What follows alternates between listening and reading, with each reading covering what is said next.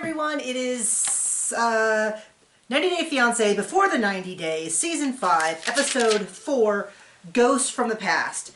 And if you're here for Sister Wives and you're like, this is not Sister Wives, don't worry, it'll be up in probably an hour. Okay, so don't worry, we're getting there. Oops. This is like the horny woman episode.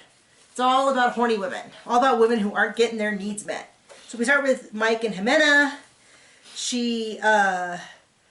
He's finally there. It took up a lot of the episode, but I feel like not a lot happened. Nothing happened. Nothing ever happened. So she said, oh, he had a small kiss, and it was a tiny kiss, and I have almost no notes. I have two. He's been there for 2 weeks. He's hoping to propose. The dad, they get to the house, whole family's there. Sister, brother, mother, dad, stepmom, everything, and his little translator app is terrible, and is like, you know, he's like, oh, I'm glad to meet you all, and they're like, I'm glad to meet the world. It was just really kind of awkward. It surprises me how many people are together for like a year, speaking different languages, and just rely on the app as opposed to, I don't know, taking a class? Taking a class, practicing talking to each other, like anything. So my uncle actually married a woman from Costa Rica and lived there for quite a few years before he passed away. He spoke, as far as I know, perfect Spanish. They always spoke in Spanish, and she spoke good enough English to hold on any conversation with us. Now, of course, they've been together, they were together for decades, but anyway, get a hold of it, guys. Anyway, we see the kids. As a mom, it's heartbreaking for me to have this whole, like, you know, the kids saying, like, we wanted to be a stepdad. I don't know how much of that is, like, the mom telling him what to say, because he seems so young. I don't know that I don't know how much he knows. Our son's not a big talker, so it's unbelievable to me to imagine him saying any of that stuff. But anyway, they call him a tomato. The dad at some point is like this. Like, trying not to show how strained and certain he was. She does seem to be genuinely willing to go into a real relationship, which for a 90 Day Fiancé is only about a 50-50 chance that they're actually, it seems like half the time they show up, another person's like, not interested. She seems like she's genuinely willing, like this is sort of like, this is the best chance for me and my family. Which is not, I think, probably how he wishes it was, but she does seem to want to get involved. We'll see next week how that goes. I think from the previews we know it goes okay. Then we have Alina and Caleb. The whole thing, I'm just sticking on the thing, he is not into her. He's like, I'm going to get a free trip to Turkey, and he wants to make the most of this trip to Turkey. He doesn't seem to want to be with her, but then he's equally annoyed that the friend Elijah's there. And I'm just not buying any of this. And I think she's like, oh, I could genuinely be into this guy, and he's a little bit more like, because he's constantly like... He is way into himself. Way into himself. So, it was the whole thing where she's like, you know, I went to the bathroom for 10 minutes and you fell asleep. Now, having traveled overseas, I think anyone who's traveled, yeah, you could totally fall asleep in 10 minutes. But rather than him being like, I'm so sorry, you know, you should have cuddled up next to me or anything, he just was like, well, I was just emotional, I was mentally tired. But he's basically said in all the reviews, he's not into her, and he's got to get used to her. And it's like, oh, gosh, just maybe stick with someone who's like, genuinely, what I get the impression is that he finds here up super sexy, and then as soon as he saw the rest of her, he was no longer, but I don't think he has any interest in her as a person. And it's kind of gross to watch. That's my opinion. Anyway, so then she's like, you know, so then he starts doing kind of like, you know, like, oh, and she's like, oh, you know, that, you know, I do like that, but he's just not into her. So then they go out, and they go to this chapel, and immediately he leaves her on the ground floor so that he can go up to the top. And like the whole time, like, Elijah goes with them, which would be weird if I really for a second believed they were on a real date. But they're not. He's just wanting to visit the city, and so he's really bent on shit that Elijah's there, but I'm kind of like, he's not into her either, so what's the point? He immediately goes upstairs to the church, and just talks about the energy and the this and the that, and Elijah's like, what is this fool talking about? And he's like, don't you think that Alina feels sad being down there? No, she was fine with me leaving. And he's like trying to show her like how he can get around with her and stuff.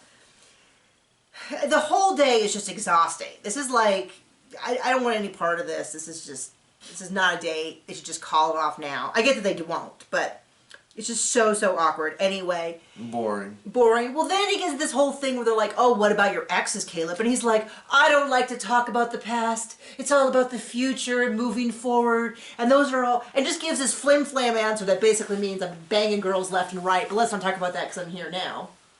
And then she's like, oh, I don't want to tell him that I was dating someone seriously. I'm like, dude just said he was banging left and right, essentially. And you're going to be all, she should have been like, oh, I also don't want to talk about the past because that's all back then. And now all that matters is our blossoming love. And Elijah, I just watch a whole show with him. Like, when he's like, so what are you doing now? And he just kind of glares at them and finally goes, I am tired. I will be leaving. And he's like, okay, well, I guess I'll see you tomorrow. Perhaps. Like, he's just like... it's just the whole thing. I'm not buying any of it. I mean, I got to give her a little hard time about, like, why aren't they just upfront and being like, I just got out of a relationship and I want to try this, you know, anything.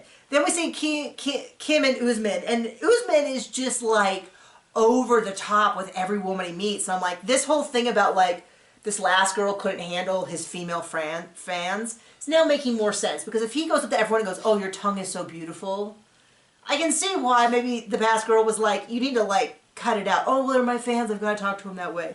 Rose Ree, beautiful. Rosa Ree? I didn't write it down very well. Anyway, singer from well-known singer, gorgeous. The other person I would watch on the show. We see Kim soaking her ankles in an ice bath. Then there's this whole thing, he's a business meeting. Well, should she go? Shouldn't she go? Should she go? And she was, It's a business meeting. She shouldn't go. She gave him an out, and he, like, insisted on bringing her, and I'm like, the king of mixed signals. Now, I know that you, John and I, and I'm sure all of you, can see that he's not genuinely into her, but he is sending her some pretty heavy mixed signals, telling Rosa Ree that this could be a future wifey, and she was lovely. She was like, well, why is she here? But she wasn't rude about it. She's like, are you just here to be beautiful? Like, I thought she was genuinely nice, but also maybe a little bit, I'm sure the producers were like, so ask her why she's here. You know, like that kind of thing. But I have no patience for him, because at least the last time we saw him, like, you know, I had a little different dynamic. This time it's like, you know, it's like he's really doing everything he can to keep her on the hook. But he's also clearly not into her. So we meet Ella and Johnny. Oh, no, we didn't meet them. We saw them last episode. It's all blurring together because we watched everything within 24 hours. They're clearly into each other. It's almost fetishization. Like, he's really into her boobs and he really wants her to dress up and do all this stuff. And they're clearly having some pretty graphic sexting times. No judgment. Don't need to hear about it, but that's between them. Rather not hear about it. Not hear about it. But then the same way she talks about him, where she's talking about his Asian man, and she just likes the way that Asian men look, like they're all interchangeable. And I'm like, they've got some, I don't even know. Sounds healthy. It sounds very sex-based. Then she had the whole witchcraft. We don't mess with that in this family. So anyway, when we saw the preview and he was talking to the woman about her losing weight, and she's like, oh, well, American women eat a lot. I thought that was his mom. Like, when I saw the preview, I assumed it was him talking to a family member. Well, now we see in the episode it was a doctor. Like, no, because at first I was like, well, that seems really inappropriate for her to bring up. Then we see it in context, and he's gone to a doctor saying, how do I help my girlfriend lose weight? So I'm like, okay, I can't really blame her, you know.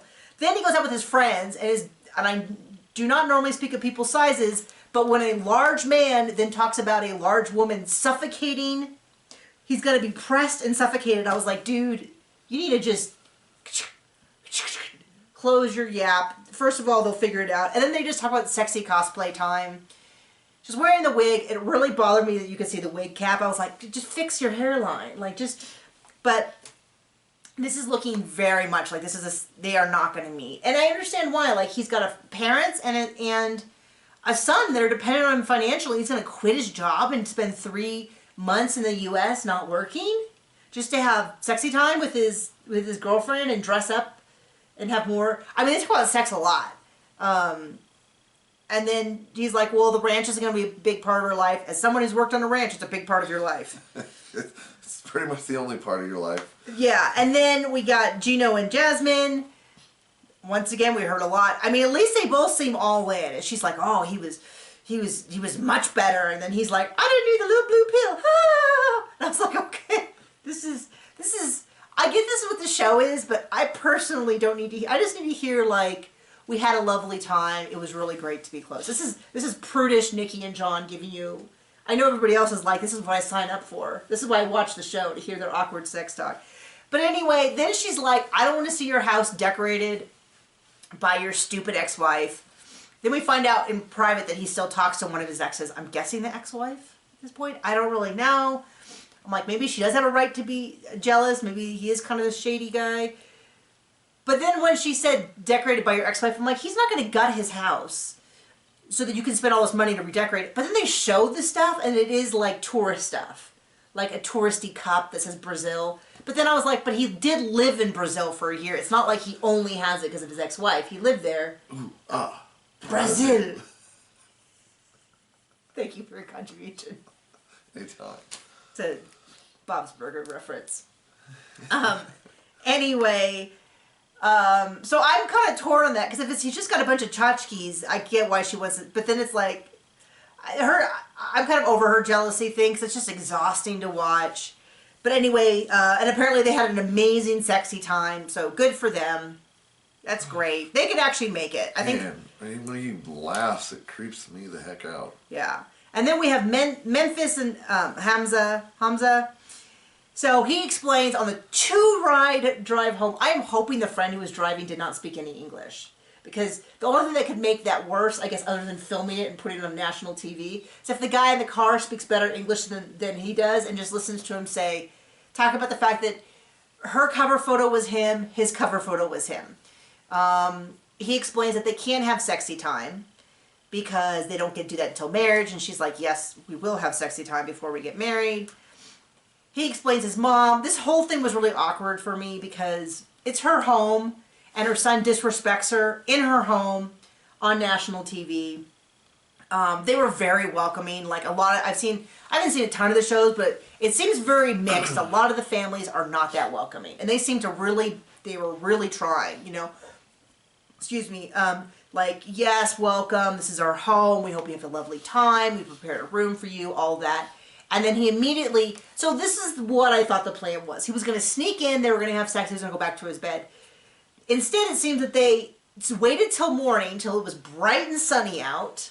And then we're going to try to sneak out as the mom's knocking on the door. And I don't know if she was embarrassed, if she was frustrated, if she felt betrayed. I don't really know, but you can tell that she is not happy. As Memphis gets caught walking out of the room, it's like, you guys are the worst sneakers on earth if you're going to try to sneak. And then also I feel like, and I think people on Twitter are trying to figure out if it was more her or him. I don't care. Both of them. I mean, he did it to his mother, who is still raising him as an adult man, does all of this, you know, at least, you know, it's like... And if there's anything we know from personal experience is that totally works all the time, creates the best humans possible. What? Oh, raising adults? Yeah, taking care of full-grown adults. Not the best solution. So anyway, we are all just trucking along. I mean, they might be happy to get rid of him. Get him out to the U.S. so they have one less mouth to feed. I don't know. I still don't know if he works or not. We'll hear about that. She said he worked as a landscaper? Do I remember that from the first episode? Anyway, there we go. We are caught up. We did it. So we will see you in a bit. Bye.